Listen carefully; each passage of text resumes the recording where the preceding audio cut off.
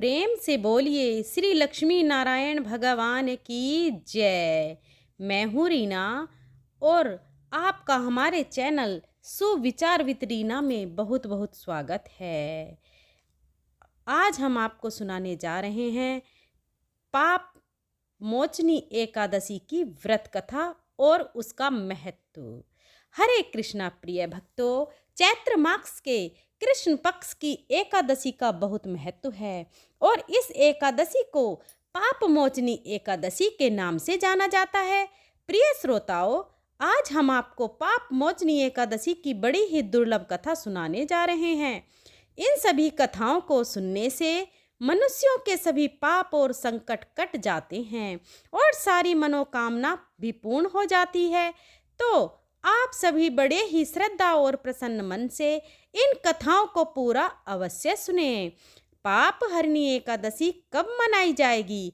चैत्र माह की कृष्ण पक्ष की एकादशी तिथि का प्रारंभ 25 मार्च को सुबह 5:05 पर होगा। एकादशी तिथि का समापन 26 मार्च को सुबह 3:45 पर होगा। उदया तिथि के अनुसार पाप मोचनी एकादशी का व्रत 25 मार्च 2025 को रखा जाएगा। चलिए कथा को शुरू करते हैं।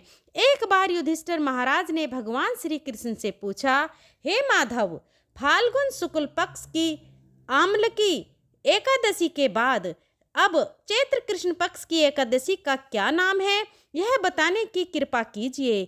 तब भगवान श्री कृष्ण बोले, हे राजन, सुनो, मैं इस विषय में एक पाप नाशक उपाख्यान का वर्णन करूंगा जिसे चक्रवर्ती नरेश महादान्ता के पूछने पर एक समय महर्षि लोमस ने कहा था। तुम भी इसे ध्यानपूर्वक सुनो। राजा महादान्ता बोले, भगवान, मैं लोगों के हित की इच्छा से यह सुनना चाहता हूँ कि चैत्र मास के कृष्ण पक्ष में किस नाम की एकादशी होती है, उसकी क्या विधि है और उससे किस फल की प्राप्ति होती है। कृपया यह सब बातें मुझे बताइए। तब लोमस ऋषि कहने लगे, हे राजन, पूर्व समय की बात है। अप्सराओं से सेवित चैत्र रथ नामक वन में, जहाँ गंधर्व की कन्याएं एक दूसरे के साथ बाजे बजाती हुई विहार करती हैं, मंजू घोषा नाम की एक अप्सरा मुनिवर मेधावी को मोहित करने के लिए गई। वे महर्षि उसी वन में रहकर ब्रह्मचर्य का पालन करते थे। मंजू घोषा उन मुनि के भय से आश्रम में से एक कोस दूर ही रुक गई और सुंदर ढंग से वीणा बजाती हुई मधुर स्वर से गीत गाने लगी।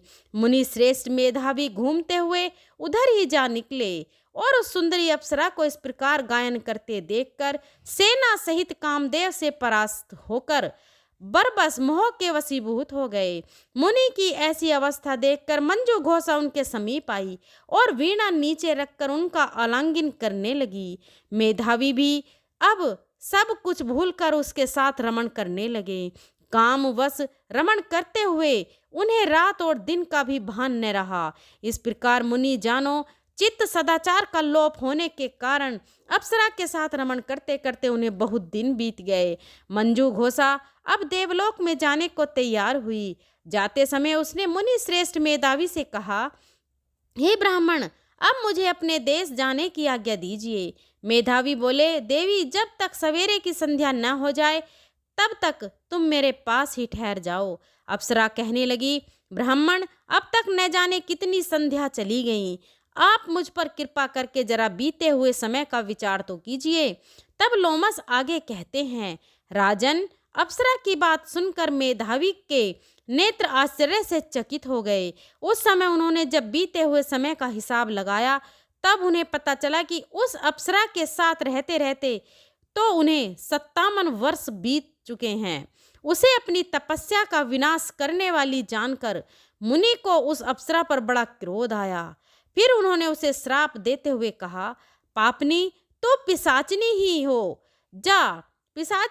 जा।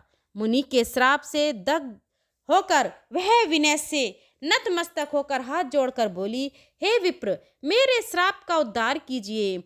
7 वाक्य बोलने या 7 कदम तक साथ चलने मात्र से ही सत्पुरुषों के साथ मैत्री हो जाती है। हे ब्राह्मण, मैंने तो आपके साथ अनेकों वर्ष बिताए हैं, इसलिए हे स्वामी, मुझ पर आप कृपा कीजिए। तब मुनि बोले, तुमने मेरी बहुत बड़ी तपस्या नष्ट कर डाली है। भद्रे, मेरी बात सुनो। ये श्राप से उद्धार करने के लिए तुम क्या कर सकती हो? तो चैत्र कृष्ण पक्ष में जो शुभ एकादशी आती है उसका नाम है पाप मोचनी। वह सभी पापों का नाश करने वाली है। सुंदरी, उसी का व्रत करने पर तुम्हारी यह पिशाचनी दूर हो सकेगी। ऐसा कहकर मेधावी मुनि अपने पिता मुनिवर च्यवन के आश्रम पर गए और उनसे सारा वृतांत कह सुनाया। उन्हें आया देखकर च्यवन मुनि ने उनसे पूछा, बेटा, यह तुमने क्या किया? तुमने तो अपने समस्त पुण्य का नाश कर डाला। मेधावी बोले, पिताजी, मैंने अप्सरा के साथ रमण करने का पाप किया है। अब कृपा करके कोई ऐसा प्रायश्चित बताइए जिससे इस पाप का नाश हो सके। तब च्यवन मुनि ने कहा, पुत्र, चैत्र कृष्ण पक्ष में जो पाप मोचनी एकादशी होती है उस व्रत करने पर पाप राशि का विनाश हो जाएगा। पिता का यह कथन सुनकर मेधावी मुनि ने उस व्रत का अनुष्ठान किया, जिससे उनका समस्त पाप नष्ट हो गया और वे पुनः तपस्या से परिपूर्ण हो गए। इसी प्रकार मंजू घोष ने भी इस उत्तम व्रत का पालन किया। पाप मोचनी का व्रत करने के कारण वह पिशाच योनि से मुक्त हो गई और दिव्य रूप धारणी श्रेष्ठ अप्सरा होकर स्वर्ग लोक को चली गई। तब लोमस ऋषि ने राजा मधांता से कहा, राजन, जो श्रेष्ठ मनुष्य पाप मोचनी एकादशी का व्रत करते हैं उनका सारा पाप नष्ट हो जाता है। इसको पढ़ने और सुनने से सहस्त्र गोदान का फल मिलता है। ब्रह्म हत्या, स्वर्ण की चोरी, मदिरा पान और गुरु पत्नी गमन करने वाले भी इस व्रत के करने मात्र से पाप मुक्त हो जाते हैं। यह व्रत बहुत ही पुण्यम है। इस प्रकार धर्मराज युधिष्ठिर को पाप मोचनी एकादशी व्रत का महात्म सुनाकर भगवान श्री कृष्ण मौन हो गए। तब धर्मराज ने भी भगवान के बताए विधान अनुसार इस व्रत का पालन किया। बोलिए श्री लक्ष्मी नारायण भगवान की जय, श्री तुलसी माता की जय, शालिग्राम भगवान की जय। भक्तों, आइए अब आप सभी की मनोकामनाओं को पूर्ण करने वाली दूसरी कथा को भी सुनते हैं। एक बार देवर्षि नारद जी वैकुंठ लोक को गए। वहां उन्होंने भगवान श्री लक्ष्मी जी को प्रणाम किया। फिर नारद जी ने श्री हरि से कहा, प्रभु, अब धरती पर आपका प्रभाव कम हो रहा है। धर्म पर चलने वालों को कोई अच्छा फल नहीं मिल रहा, जो पाप कर रहे हैं उनका भला हो रहा है। तब श्री हरि कहने लगे, ऐसा नहीं है देवर्षि, जो भी हो रहा है सब नियति के कारण हो रहा है। श्री हरि की बात सुनकर नारद जी बोले, प्रभु, मैं तो देख कर आ रहा हूँ कि पापियों को तो अच्छा फल मिल रहा है, लेकिन भला करने वाले और धर्म के रास्ते पर चलने वाले लोगों को बुरा फल मिल रहा है, उन्हें दुख भोगने पड़ रहे हैं। भगवान ने कहा, देव ऋषि, कोई ऐसी घटना बताओ जिससे तुम्हें यह लग रहा हो। नारद जी कहने लगे, प्रभु, अभी अभी मैं एक जंगल से आ रहा हूँ। वहाँ पर एक गाय दलदल में फंसी हुई थी। कोई भी उसे बचाने वाला नहीं था। थोड़ी ही देर के बाद मैंने देखा कि एक चोर उधर से गुजरा। दलदल में फंसी हुई गाय को देखकर वह रुका तक नहीं, बल्कि उस गाय पर पैर रखकर वह दलदल से भरा हुआ गड्ढा लांघकर आगे निकल गया। आगे गया तो उस चोर को सोने की मोहरों से भरी एक थैली मिली। थोड़ी ही देर बाद वहां पर एक साधु महाराज आए।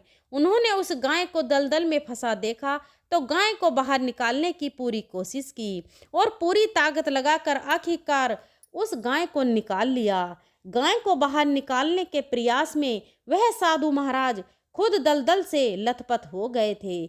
जब वह साधु महाराज आगे बढ़े तो एक गड्ढे में गिर गए और उन्हें चोट लग गई। प्रभु, अब आप ही बताइए, यह कौन सा न्याय है? नारद जी की पूरी बात सुन लेने के बाद श्री हरि बोले, देवऋषि, यह सही ही हुआ।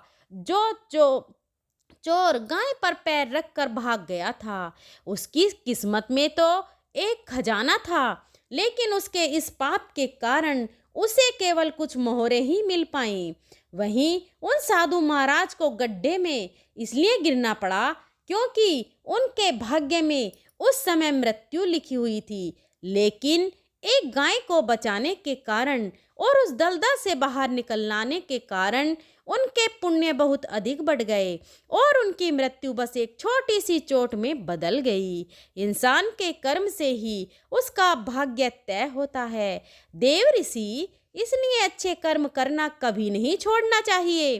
श्री हरि की बात सुनकर देव ऋषि नारद मुस्कुराते हुए और प्रभु को प्रणाम करते हुए नारायण नारायण कहकर प्रभु की रचाई हुई सृष्टि की अन्य लीलाएं देखने के लिए चल पड़े। प्रेम से बोलिए श्री लक्ष्मी नारायण भगवान की जय। भक्तों, अब हम सुनेंगे एकादशी माता की कथा। इस कथा को सुनने से ही एकादशी का व्रत पूरा माना जाता है। श्रोताओं, एक बार एक बूढ़ी माँ ने एकादशी का उपवास रखा। बड़े ही भक्ति भाव से वह एकादशी की पूजा किया करती थी। वे बूढ़ी हो चुकी थी। उन्हें वृद्धावस्था में कोई भी ऐसी वस्तु नहीं चाहिए थी। वे एकादशी का उपवास रखती, क्योंकि एकादशी का उपवास रखने से तो श्री हरि की कृपा से सब कुछ मिल जाता है। वो बूढ़ी माँ तो अपने बच्चों के लिए, अपने परिवार की सुख सुविधा के लिए इतना कठिन व्रत रखती थी। वे दिन भर तो बड़ा कठिन मन करके और अपनी प्यास को किसी तरह से रोके रही, क्योंकि एकादशी के व्रत में जो जल की एक बूंद भी ग्रहण नहीं करती थी, द्वादशी को ही जल पीकर वह अपने व्रत का पारण किया करती थी। दिन भर उन्होंने किसी प्रकार अपने मन को संयमित रखा, पूजा पाठ की, व्रत की कथा पढ़ी और सुनी, और फिर पंडित जी को मिट्टी के एक पात्र में भरकर पानी और मौसमी फल दान में दिए। दोना भरकर शक्कर भी वितरित की। उन्हें गर्मी के कारण बड़ी बेचैनी हो रही थी। एक तो निराहार और निर्जल रहकर उपवास रखा था और ऊपर से प्यास भी अधिक सता रही थी। इस कारण उन्होंने सोचा कि चलो पानी में बैठूं तो शायद थोड़ी शांति मिले। यह सोचकर वह पानी में बैठी रहीं। पानी से बार बार कुल्ला करती और मुंह हाथ धोती रहीं। तब कहीं जाकर उन्हें थोड़ा बहुत चैन मिला। एक तो धूप तेज की पड़ रही थी, इस कारण बार बार बूढ़ी माँ का मुंह सूखा जा रहा था। बूढ़ी माँ बड़ी बेचैन हो रही थी। एक तो बुढ़ापा, दूसरा यह भयंकर गर्मी। बुढ़ापे की तो स्थिति ही कुछ ऐसी होती है, बड़ी मुश्किल से धीरज बन पाता है। अब किसी प्रकार रो धोकर दिन कट पाया। अब बूढ़ी माँ के सामने पहाड़ सी लंबी रात थी, जिसका कट पाना बड़ा ही मुश्किल दिखाई दे रहा था।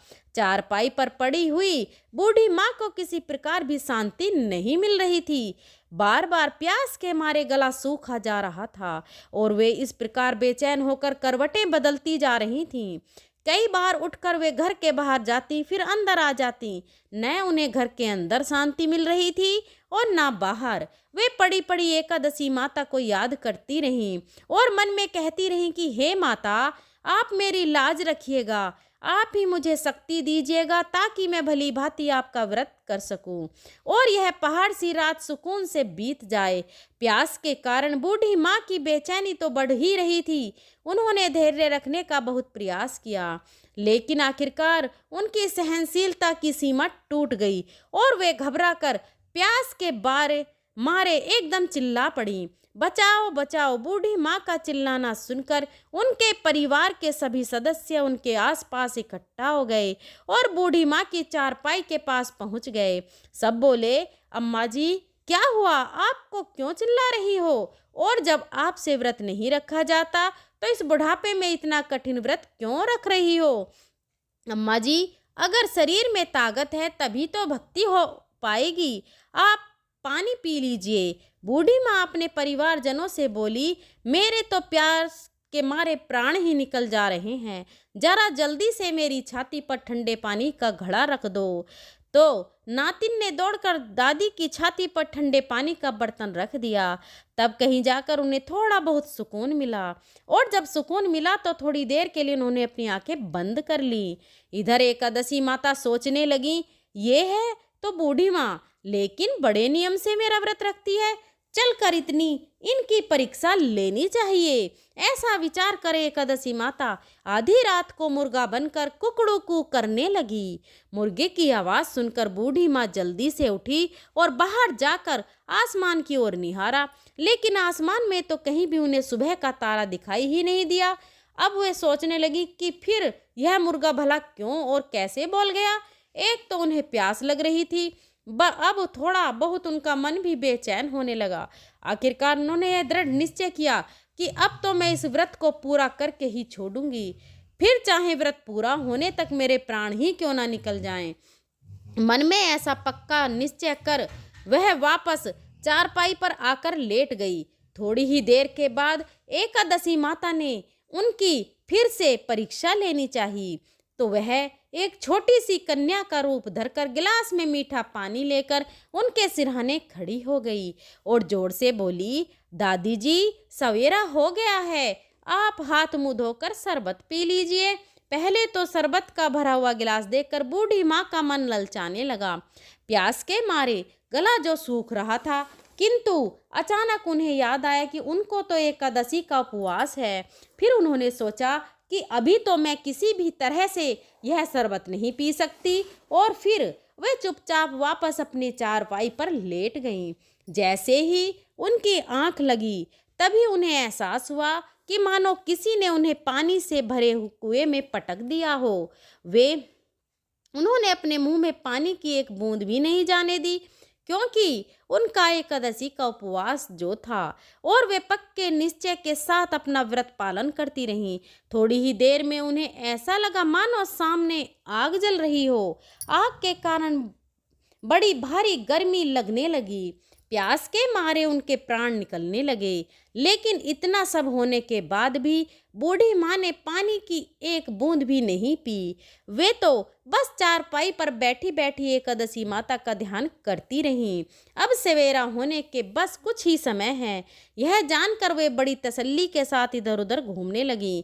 एकादशी माता अब तक यह बात अच्छी तरह समझ गई कि इन बूढ़ी माँ को किसी भी प्रकार से अपने व्रत से नहीं टाला जा सकता। वे उनके सत्य व्रत को भली भांति समझ गईं। अब सवेरा हो गया तो बूढ़ी माँ ने स्नान किया, भगवान श्री हरि का पूजन किया, फिर एकादशी माता की कथा सुनी, ब्राह्मणों को दक्षिणा देकर भोजन कराया, तब कहीं जाकर उन्होंने जल ग्रहण किया। कन्याओं को भोजन कराने के बाद बूढ़ी माँ ने फिर स्वयं भोजन किया, और उस श्रेष्ठ व्रत के प्रभाव से बूढ़ी अम्मा की आयु में वृद्धि हो गई। उनकी आयु बढ़ गई, उनका घर परिवार हरा भरा हो गया। अब उनके घर में किसी भी चीज का कोई अभाव नहीं रहा। उनका घर हर प्रकार के सुख साधनों से भर गया। नाती नातिन से उनका घर भर गया, और वे उसी दिन से 12 महीने की एकादशी का व्रत करने लगी।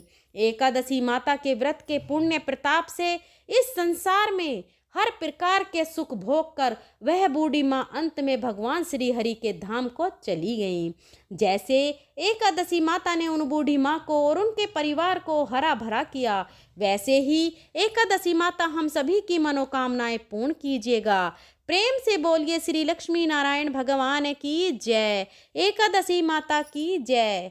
प्रिय भक्तजनों, आज की कथाएं उम्मीद है आपको पसंद आई होंगी। उदया तिथि में पाप मोचनी एकादशी व्रत 25 मार्च 2025 मंगलवार को रखा जाएगा। पाप मोचनी एकादशी व्रत का पारण समय, पाप मोचनी एकादशी व्रत का पारण 26 मार्च 2025 बुधवार को किया जाएगा। व्रत पारण का शुभ मुहूर्त 26 मार्च को दोपहर 1:41 से शाम 4:08 तक रहेगा।